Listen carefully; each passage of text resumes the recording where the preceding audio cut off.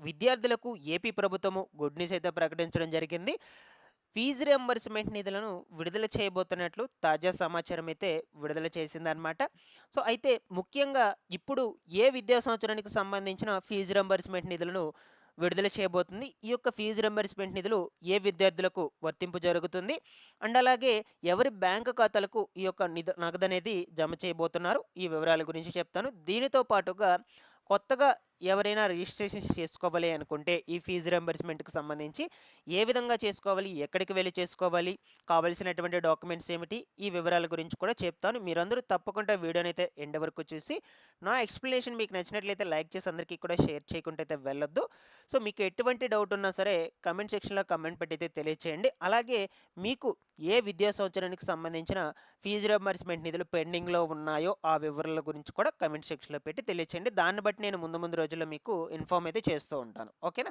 ఇక లేట్ చేయకుండా టాపిక్‌లో గనుక వచ్చేసినట్లయితే మొట్టమొదటిగా వచ్చి మీరు ఈ ఫీజు రియంబర్స్‌మెంట్ నిధులొచ్చేసి ఎన్ని రకాలుగా మీకు ఇవ్వబోతున్నారు అనే విషయం గురించి తెలుసుకోవాలనమాట. ఫస్ట్ వచ్చేసి మీకు 2 రకాలుగా అయితే ఇస్తూ ఉన్నారు ఈ ఫీజు రియంబర్స్‌మెంట్ కింద.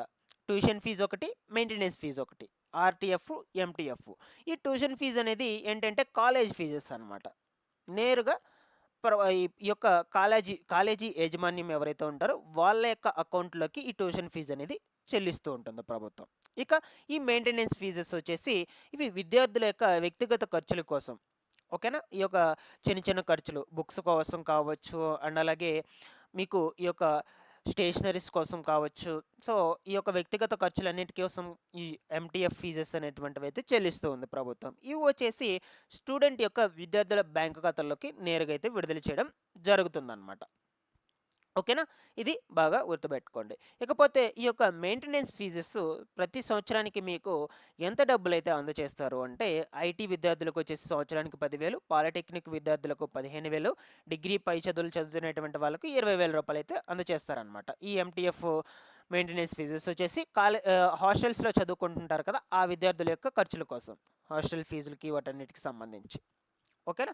ఇక ఈ ట్యూషన్ ఫీజ్ సంగతి చూసుకున్నట్లయితే మీకు విడతల వారీగా విడుదల చేస్తారండి. సో, ఫర్ ఎగ్జాంపుల్‌గా నేను డిగ్రీ చదివేటప్పుడు ఎంతెంత విడుదల చేసేటువంటి వాళ్ళంటే క్యాస్ట్ వైస్‌గా విడుదల చేసేవాళ్ళు. ఎస్సీ, ఎస్టీ వాళ్ళకు, బీసీ వాళ్ళకు, ఓసీ వాళ్ళకు ఈ విధంగా క్యాస్ట్ వైస్‌గా విడుదల చేసేటువంటి వాళ్ళనమాట. సో, నేను చదివేటప్పుడు మాకు 2,600 లేదో 2,800 సంథింగ్ రిలీజ్ చేసేటువంటి వాళ్ళనమాట విడతల వారీగా.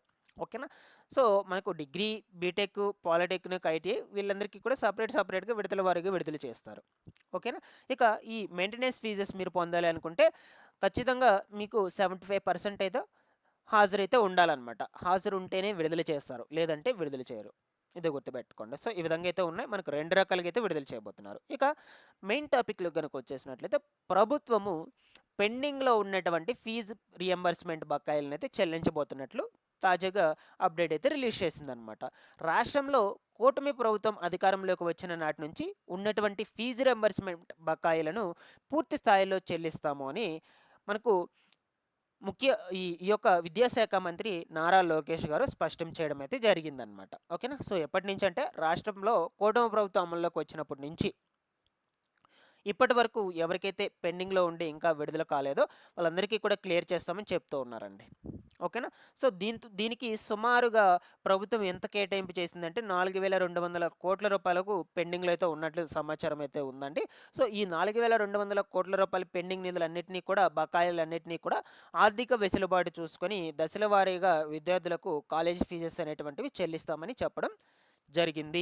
ఓకేనా? దీని మీద మీ యొక్క అభిప్రాయం ఏంటో కామెంట్ సెక్షన్‌లో కామెంట్ పెట్టయితే తెలియచేయండి. ఈ విషయంలో ప్రైవేటు కళాశాలల యాజమాన్యాలు విద్యార్థులపై ఒత్తిడి చేసే చర్యలన్నిటిని కూడా తగ్గించాలని ప్రభుత్వము కాలేజీ యాజమాన్యానికి రిక్వెస్ట్ చేయడం అయితే జరిగిందనమాట. ఎందుకంటే బయట పరిస్థితులు ఎలా ఉన్నాయి అంటే సో, మాక్సిమం అందరూ ప్రైవేట్ కాలేజెస్‌లోనే చదువుతూ ఉంటారు. సో, అక్కడ ఈ ఫీజులు అనేటువంటివి చెల్లించలేక ప్రభుత్వం వేస్తుందని వెయిట్ చేస్తూ సో, వాళ్ళు చాలా ఇబ్బందులనైతే ఎదుర్కొంటూ ఉన్నారనమాట. కాలేజీ యాజమాన్యం దగ్గర మాటలు పడుతూ ఫీజులు కట్టలేక ఆ ఫీజులు ప్రభుత్వం వేస్తుందని ఎదురు చూస్తూ ఓకేనా? సో, వాళ్ళందరూ కూడా చాలా ఇబ్బందులైతే ఎదుర్కొంటున్నారనమాట. ఈ ప్రైవేట్ కాలేజీలో చదువుతున్నటువంటి విద్యార్థులందరూ కూడా. సక్రమంగా మనకు ప్రభుత్వము ఈ ఫీజెస్ అనేటువంటివి అందించకపోవడం వల్ల సో, ఈ ఫీజులను కాలేజీ యాజమాన్యానికి చెల్లించకపోవడం వల్ల వాళ్ళ సర్టిఫికేట్స్ కూడా కాలేజీ యాజమాన్యం దగ్గరే ఉండిపోతున్నాయన్నమాట. అలా సర్టిఫికేట్లు కూడా పొందలేకున్నారు విద్యార్థులు. సో, ఇటువంటి సిట్యుయేషన్స్ అయితే ఎదుర్కొంటూ ఉన్నారనమాట. సో, ఇప్పుడు పెండింగ్‌లో ఉన్నటువంటి 4,200 కోట్ల రూపాయలను ప్రభుత్వము విడుదల చేయాలని, అది కూడా దశల వారీగా విడుదల చేస్తామని చెప్తుంది. అంతేకాని ఒక్కసారిగైతే విడుదల చేస్తామని చెప్పడం లేదు. ఇది గుర్తుపెట్టుకోండి. ఓకేనా? సో, నాకు తెలిసి ఈ ప్రైవేట్ కాలేజీలో చదువుతున్నటువంటి విద్యార్థులు చాలానే ఫేస్ చేస్తూ ఉన్నారు. అందుకొరకు ప్రభుత్వం వీటన్నిటిని కూడా చూసి వీళ్ళందరికీ పెండింగ్‌లో ఉన్నటువంటి బకాయిలన్నిటిని కూడా చెల్లించాలని నిర్ణయం తీసుకోవడం జరిగిందనమాట. ఓకేనా? సో, బట్ మనకు ఈ యొక్క ఏ విద్యా సంవత్సరానికి సంబంధించి విడుదల చేస్తారు అనే విషయం గురించి క్లారిటీగా ఇక్కడైతే మనకు మెన్షన్ చేయలేదు. ఓకేనా? సో, నాకు తెలిసి పెండింగ్‌లో ఉన్నవి అంటే గతంలో ఉన్నటువంటివి కూడా అనుకుంటున్నాను. 2023, 2024, 2025, 2026 ఓకే. సారీ 2023, 2024, 2024, 2025 విద్యా సంవత్సరానికి సంబంధించినటువంటివి కూడా అయ్యుండొచ్చు. చెప్పలేం. ఓకేనా? చూద్దాం ముందు ముందు రోజుల్లో ప్రభుత్వం ఎటువంటి అప్డేట్స్ అయితే అందజేస్తుందో దీనికి సంబంధించి. నేను కూడా ఎప్పటికప్పుడు అప్డేట్ అయితే ఇస్తూ ఉంటాను. ఈ ఫీజు రింబర్స్‌మెంట్ సంబంధించినటువంటి నిధులకు సంబంధించి. ఓకేనా?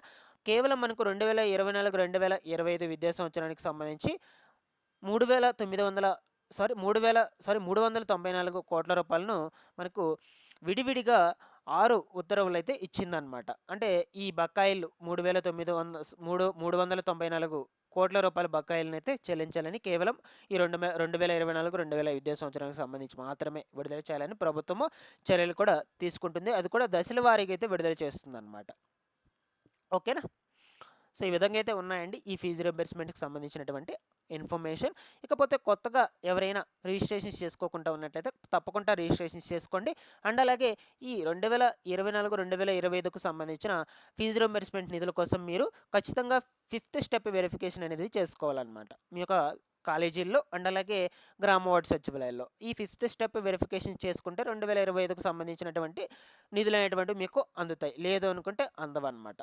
కొత్తగా చేసుకోవాలనుకుంటే రిజిస్ట్రేషన్స్ ఫస్ట్ వచ్చేసి మీరు కాలేజీ దగ్గర రిజిస్ట్రేషన్స్ చేసుకోవాలి. దాని తర్వాత మీ నేమ్స్ అనేటువంటివి గ్రామ వార్డు సచివాలయాలకు రావడం జరుగుతుంది. అప్పుడు మీరు డాక్యుమెంట్స్ అన్నిటిని తీసుకువెళ్ళి మళ్ళీ గ్రామ వార్డు సచివాలయంలో సబ్మిట్ చేసి పూర్తి చేసుకోవాల్సి అయితే ఉంటుందన్నమాట. ఓకేనా? సో, ఈ విధంగా అయితే ఉన్నాయండి ఫీజు రింబర్స్‌మెంట్‌కి సంబంధించినటువంటి అప్డేట్స్. సో, మీకు ఏ ఇయర్‌కు సంబంధించి ఫీజు రింబర్స్‌మెంట్ నిధులు పెండింగ్‌లో ఉన్నాయో దాన్ని కమెంట్ సెక్షన్‌లో కామెంట్ చేసి అయితే తెలియచేయండి. నాకు తెలిసి 2022 నుంచి చాలా మందికి కూడా పెండింగ్‌లు అయితే ఉన్నాయన్నమాట. ఇప్పటికీ కూడా జమ కాలేదు. మనకు జగన్మోహన్ రెడ్డి గారి ప్రభుత్వం ఉన్నప్పటి నుంచి పెండింగ్‌లు అయితే ఉన్నాయి. సో, వాటన్నిటిని కూడా కూటమి ప్రభుత్వం క్లియర్ చేస్తామనేది చెప్తూ ఉంది. చూద్దాం ఎంతవరకు కూటమి ప్రభుత్వం వీటన్నిటిని కూడా విడుదల చేసి విద్యార్థులకు హెల్ప్ చేస్తుందో అనే విషయం గురించి ముందు ముందు రోజుల్లో తెలుసుకుంటూ ఉందాం మన ఛానల్ నుంచి. Thanks for watching this one.